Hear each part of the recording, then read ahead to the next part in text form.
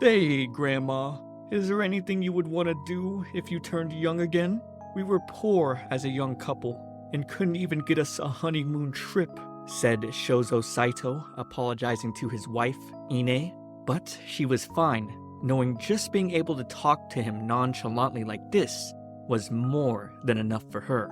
The elderly couple headed towards an important apple tree, one they had planted together after they had gotten married to celebrate their wedding now 60 years ago. It had even split once during Typhoon Mirai. They had thought it was done for, but it miraculously survived. But more astonishing on this day was the appearance of a golden apple. Later that night, Shouzou reflected on how they were so poor and busy, yet the woman he loved still remained by his side. He thought things like, I'm sure she must have a lot she wanted to do. She must have still wanted to wear her favorite clothes and go into town. But seeing his teary face in the mirror young yet again, he screamed out for his wife.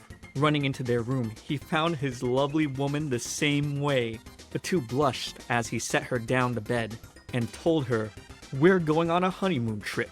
During another evening, their granddaughter Mino came to visit, only to be flabbergasted meeting her youthful grandparents, losing her mind a little. She accepted things pretty quickly, telling her grandfather not to cut his hair as he looks good with it, even though his bangs kind of get in the way. On the way home, Mino mentions to her father giddily about her youthful grandparents, but of course he has no idea what she means. During a game of cricket, two elderly men discuss how they've missed seeing Shouzou and Ine lately, with those two known as the lucky lovebirds. However, we hear elderly ladies scream at the handsome young Shouzou as he sizes up the ball. We turn back a few days prior, where Shouzou and his son Yoshiaki were arguing. Yoshiaki wanted his parents to move in with them, as the parents were getting older and more prone to injury. However, Shouzou refused to budge, knowing their ancestors protected this land for hundreds of years. He understood where his son was coming from, but he wouldn't abandon this legacy.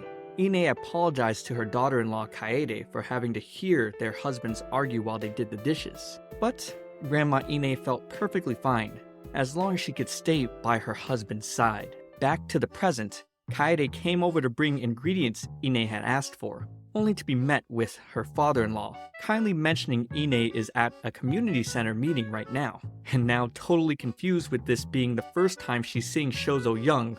Oh my god, she left the room because she wasn't expecting her father-in-law to be so handsome?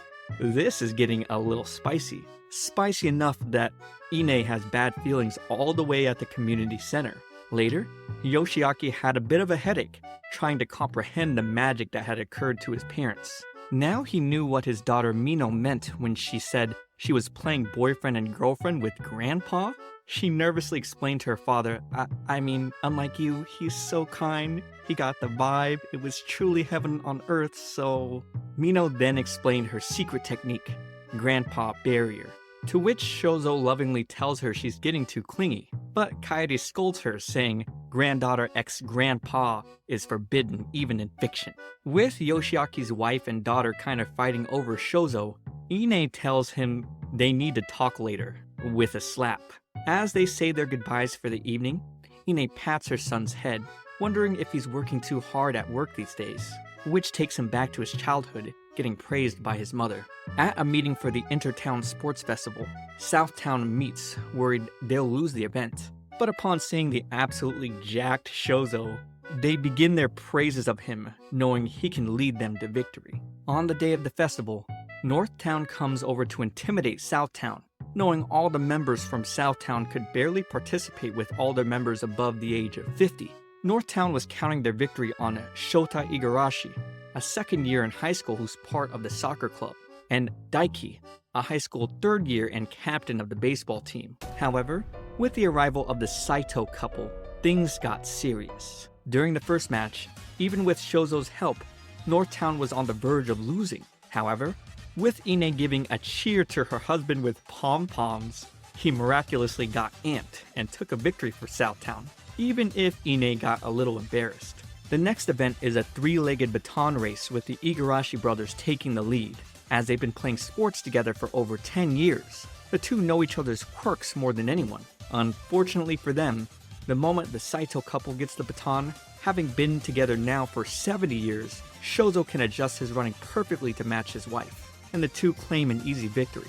No matter what the event, the Saitou couple crushes it and Southtown wins by a landslide. With Northtown losing, Grandpa Igarashi isn't so happy about the embarrassment his sons faced. He's spiteful that Shozo stole Ine from him 70 years ago, and now he's stolen his grandson's smiles. But then, Ine pays them a visit. She can't be around her husband right now since he's getting so much praise from his victory.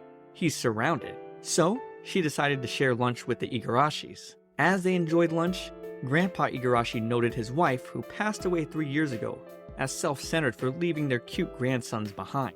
Ine then remarks, looking at the two boys, it reminded her of him when he was young, and that time he'd confessed his feelings to her, which surprised the boys, now knowing why their grandfather was always picking a fight with Southtown. On another day, Grandpa Igarashi sent Shota to deliver something as thanks for the meal, but with Mino answering the door, the boy was completely flustered, handing over the bag. Inviting him inside, Shota sat completely unable to talk, with tea in hand. He had no idea Mino was related to that Saitou couple. He knows Mino is super popular at school, and even though he's always had trouble communicating, she's always been cheerful with him. He's stun-locked being alone with a person all of their peers admire. He tries to get through this by fiddling with his phone, but it fails since she gets interested in what he's playing. Unbeknownst to them, Mino's mom and grandma had been spying, and Kaede is wondering what to do if her daughter gets a boyfriend and eventually married. However, Shozo is excited to have great-grandchildren. Conversing with Shozo, Shota finds him very kind, but somehow feels an immense pressure from Ine and Kaede. With the adults wanting to learn more about Shota, Mino praises him for being smart and good at sports. However, this only leads to Ine and Kaede nervously whispering, judging on whether or not he'd be a good match for Mino. Shozo tries to ask Shota if there's a girl he likes, only to get quickly stopped by his wife, who makes an excuse that there was a mosquito on his face. Shota then says his goodbyes for the evening, and as Mino walks back in the living room with her grandfather, she's a little saddened because she wanted to talk with Shota alone a little more, making Shozo nervous because now it's a secret only he knows. On another day, Mino is surprised to hear her grandmother was the one who confessed to Shozo first. They married for love, which was rare back then. Shozo then said he always yearned for Ine, and told her he was overjoyed, but the times just wouldn't allow it. His father was a man of tradition. He intended Shozo to have an arranged marriage with the daughter of his good friend, because back then, the family a person was born into influenced a lot of things. At first, Shozo didn't do anything, until he had a huge fist fight with his father. For a while, he thought of eloping, but with Ine's support, they managed to overcome everything. Shozo remembered his wife to be so cool back then. She even called out the girl that his father introduced to him, with Ine telling her, "I will never let you have my man." Well, she had someone she liked too, so the girl was kind enough to withdraw gracefully. Hearing all this, Mino decided to ask Ine if she could think of her as a love rival and reenact that moment, and this somehow put a sparkle around Shozo. So, Ine had no choice. She grabbed Mino's face and spoke those same words on that fateful encounter, making the granddaughter and grandfather gush over Ine. And I gush at you liking this video and subscribing to my channel, because here at my Shoujo Weekly, I got plenty of fun anime I just want to share with you. So come on, get on my side, hit that subscribe. We see some boys making their way through the Saitou family's apple farm. They discuss how boring farm work would be, and the desire to get rich and live in the city and get themselves some girlfriends. However, their minds changed quite a bit, seeing the beautiful Ine working, as they remembered a much older couple tending to the apple farm. A simple smile from her seems to be enough to get them looking bright red, and seeing her off, they now reconsider the farm life. Previously, Ine was looking to throw this pamphlet away, but seeing the beautiful dresses on it, her heart yearned to wear them, which is something Shozo picked up on, because when they turned young, he one day brought a small package for her home, and Ine began to blush at the dress that was inside for her. Shozo is a conservative man when it comes to affection, so he tells her he didn't do anything. But this doesn't stop his enamored wife from getting close and embracing him. Later, the Saitou couple watches a drama that Mino suggested to them, where the young male lead does a kabedon and goes in for a kiss. However, this only gives Shouzou the impression that young people are too much into radical love gestures. He thinks actions like these are far too much. But it seems Ine is completely lost and can't stop looking at the show. She then begs her husband for one thing, a spicy kabedon on her. However, despite Shouzou's gleaming performance, Ine tells him she doesn't feel anything from this, since they've been together for so long, making Shouzou scoff it off, believing that's just how the youngins like to show off. But secretly, Ine's heart was going to explode from how hot it was. In the evening, Mino opens the door to one of her grandparents' friends, but the granny's country accent is so thick she can't understand. She asks Ine for help, and to no one's surprise, Ine can conversate with the granny just fine. And now, we're introduced to Shiori, the daughter of the Saitou couple's second son, Takahiro. Ine assures her son that Shiori will be just fine with them. She had apparently gotten into a quarrel with her father and ran away to their residence, but of course was surprised to find her grandma Ine young again. She's going through the typical coming-of-age struggles. Shiori had studied really hard in school to please her parents, and when asked what career path she had decided, she lashed out at her father because she didn't want to follow his footsteps into medicine.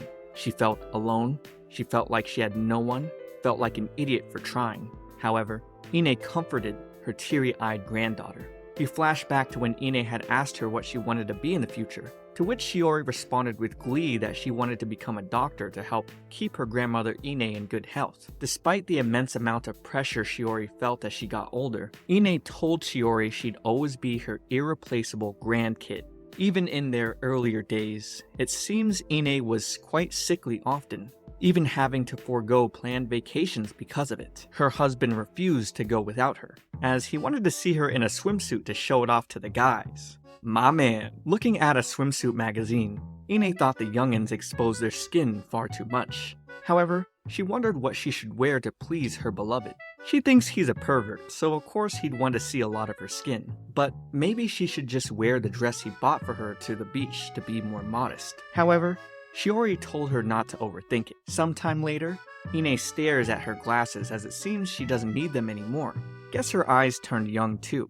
She can even clearly see all the days of the week of the calendar from here, and the small writing of the newspaper Mino's holding from a distance. With Shouzou entering in, Mino mischievously tricks Ine to read the letters on the newspaper spelling Grandpa Lovely, embarrassing the couple, with Mino claiming they were flirting in front of their grandkid. So, Ine punished Mino the same way, nearly making her spell out who her crush is. Later, watching another romance drama like you'd find on my channel, click the playlist in the description for more, Mino asks her grandparents if they'd ever held hands in public on a date. To which Ine says, no, they'd never do anything to show off like that. Shouzou adds that getting older, holding hands is more like a walking aid, something Mino finds so unromantic. Coming back from a cold, windy trip to a local grocery store, Shouzou wonders why his wife isn't wearing a glove on one hand in this weather. Oh man, she wants him to catch her hidden desire to hold hands. Shouzou knows that if he holds Ine's hand now, he'd be agreeing with Mino's sentiment on PDA and he'd feel defeated. Despite this, he signals for her to grab, and the couple walks home having lost to Mino again. At their son Takehiro's workplace, he is shocked to find his parents, the Saitou couple, young once again. In his office, he starts by examining his mother to find her breathing more stable than before, and her rapid pulse slowed down. He wonders how they could have possibly turned young again. In Takehiro's younger days, the doctor examining his mother found cancer in her liver. He studied hard to be a doctor in order to save Ine, but he ultimately had to refer her to another doctor who was more appropriate. As he studied, he felt helpless seeing her weaken every day.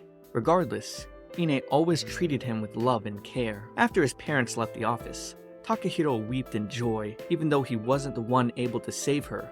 With his parents being youthful and in good health, he felt redeemed. We turn back to the Saitou couple's younger days tending to their apple farm, where one day, a typhoon struck, and in the aftermath, they had to patch up the special tree they planted after they'd gotten married. The day they discovered the golden fruit on it, they chopped some of the apples to enjoy, even though Shouzou felt the golden skin probably should be put on an altar with all of its glamour. However, Ine felt compelled to eat the fruit.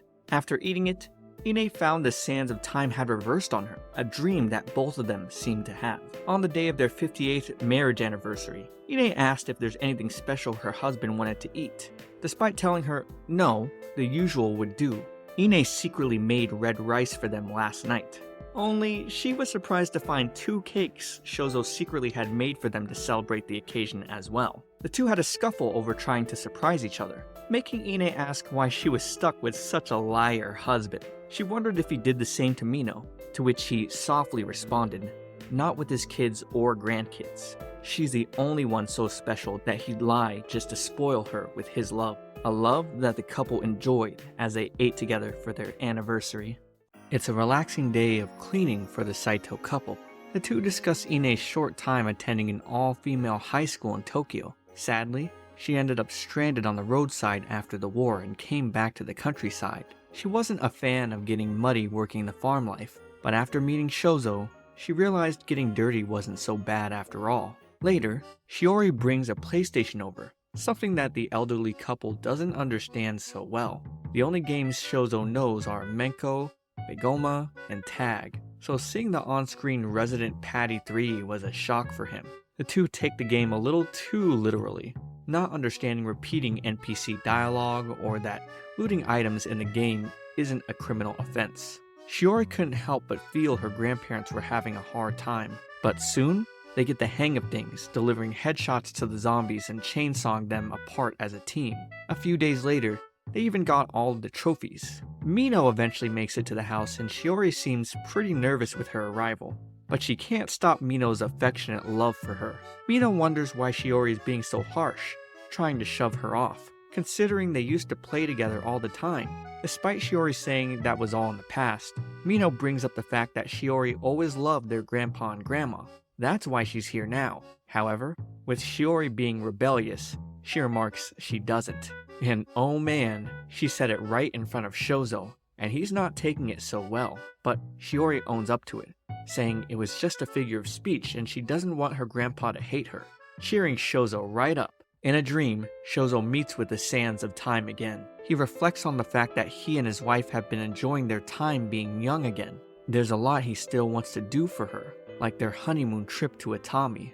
Then suddenly, the hourglass flips. Shaking Ine awake, she's surprised to see Shouzou old again. He doesn't feel sick or anything, but he's a little sad, believing Ine prefers his more youthful form, saying the two of them together now is like chalk and cheese. However, she reassures her beloved he's misunderstood her. She didn't fall in love with him being young or old. She fell in love with the only Shouzou Saitou in the world.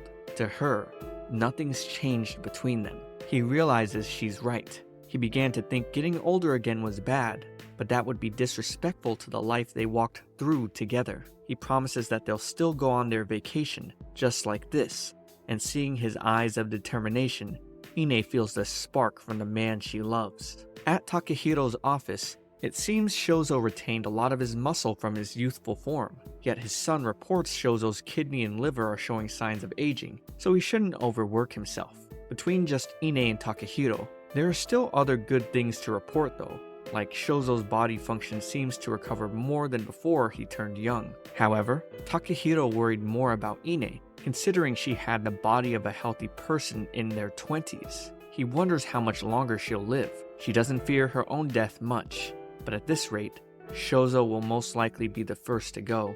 If she were to live another 70 years, her entire family would be gone by then. She doesn't want to die alone. Mino's side of the family is shocked to see Shouzou went back to being older. He still feels pretty young, so he's ready to test himself in arm wrestling against his son. Yoshiaki then tells Shouzou if he wins, for the Atami vacation, he'll get them an open air bath, giving Shouzou a lot to imagine. Yoshiaki had planned on holding back a little. However, he wasn't ready for his father to be so fired up, he'd get instantly slammed.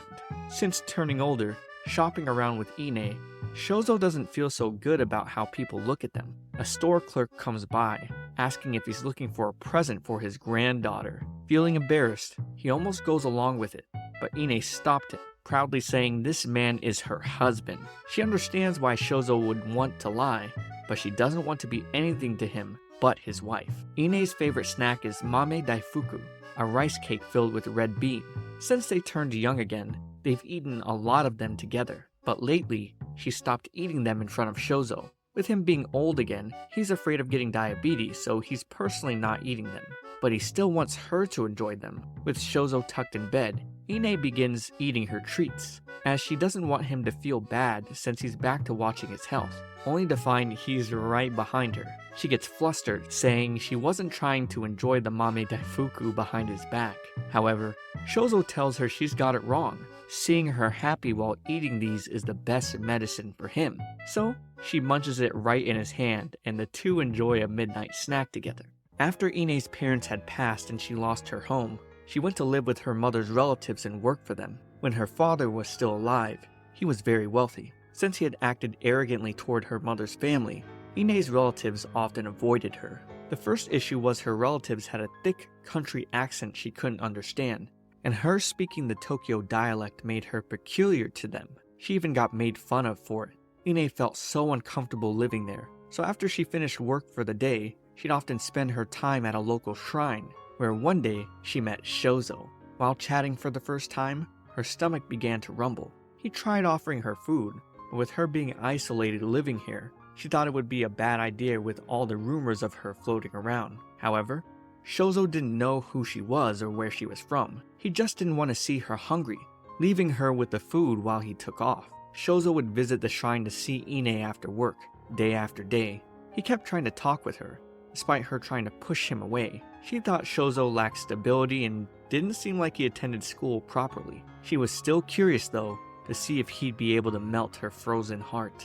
Back to the present day, he definitely melted the whole thing for her. In another one of Shouzou's dreams, the hourglass appeared again. He figured if flipping this turned him old, then flipping it again should make him young. However, being young again, Ine didn't seem so surprised with him.